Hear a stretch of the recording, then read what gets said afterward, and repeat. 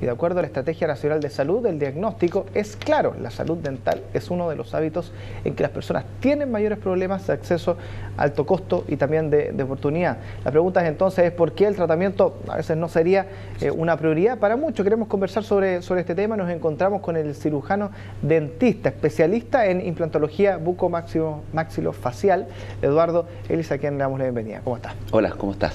A ver, esta cifra llama mucho la atención. A 79,7% entre 35 y 44 años es desdentado. Eso no es precisamente quizás porque la naturaleza humana sea así, sino por poco cuidado, ¿no? Una mezcla. Yo creo que es una mezcla. Finalmente y principalmente yo creo que lo importante es determinar la causa. ¿Cuál es el motivo? ¿Por qué existe tanto daño en la población joven y joven adulta? El daño principalmente, el gran daño, está dado principalmente por la causa de la pérdida de piezas dentarias, principalmente está dada por las caries, que es la principal causa de pérdida de piezas dentarias en la población, y seguida la enfermedad periodontal, que es la enfermedad de la encía. Seguida posteriormente por los traumatismos y etcétera, pero en menor medida la parte traumatológica, pero principalmente la carie y la enfermedad periodontal. Ahora, y respecto justamente a las caries, por lo que estuve viendo en el estudio, cerca del 51% de los niños hasta los 4 años no presentan caries, solamente en el fondo el 50%, o sea, el 50% de los niños sí ha tenido caries a esa edad, de acuerdo a lo que está mirando la cifra. A mi parecer, por lo menos, es una cifra bastante elevada. ¿Es tan así y eso marca un poco la tendencia?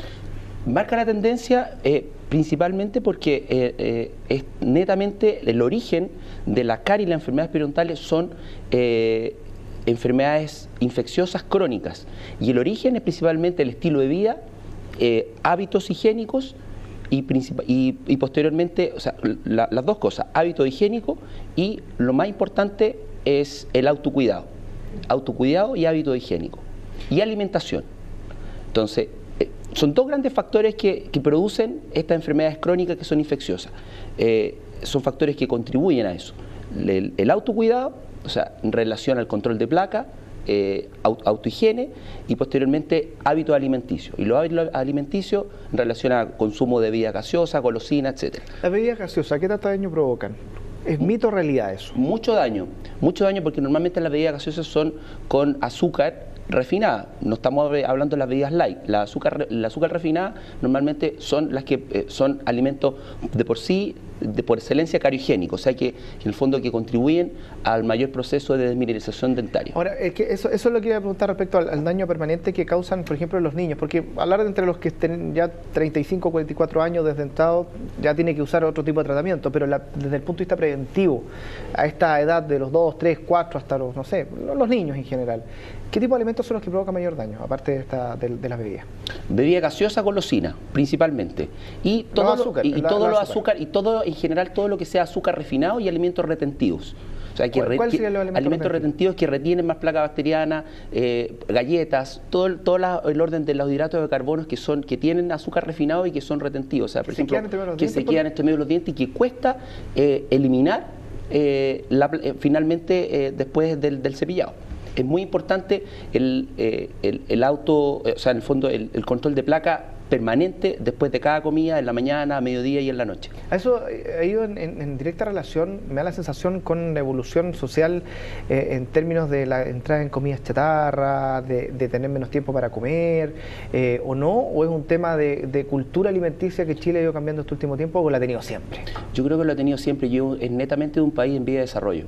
O sea, nosotros tenemos que pensar que en los países escandinavos, los países europeos del norte, normalmente casi ya no existe el proceso de caries. Los dentistas no estamos preocupando de otras cosas en eso. O sea, en el fondo, las políticas preventivas han dado resultados.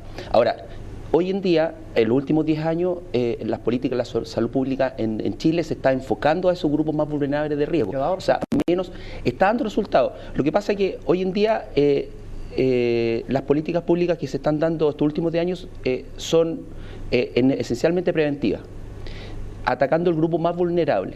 Los últimos estudios tenemos todavía gran daño, pero yo creo que las cifras en los últimos estudios que se están haciendo en este momento y que los resultados todavía no han salido, yo creo que están bastante mejor. Por último, entonces, pero el problema, yo creo más aún es el daño que se produce en la población, el gran daño sobre los 30 años. Es el gran daño en la población, que en el fondo no tenemos posibilidad y recursos para tratar ese gran daño. Por último, recomendación para cerrar. La recomendación para las personas que están escuchando en estos momentos y viendo. ¿Cuál sería? Recomendaciones, tips, lo más importante. Control de placa, un exhaustivo control de placa, buen control de cepillado, limitación de alimentos cariogénicos, por ejemplo, bebida gaseosa, golosina, control de placa después de cada comida y visitas al dentista regulares. Listo, le quiero agradecer. ¿Tomó nota, está en su casa? Bueno, eso es para prevenir. Muchas gracias. Ya, esté muy está bien. bien.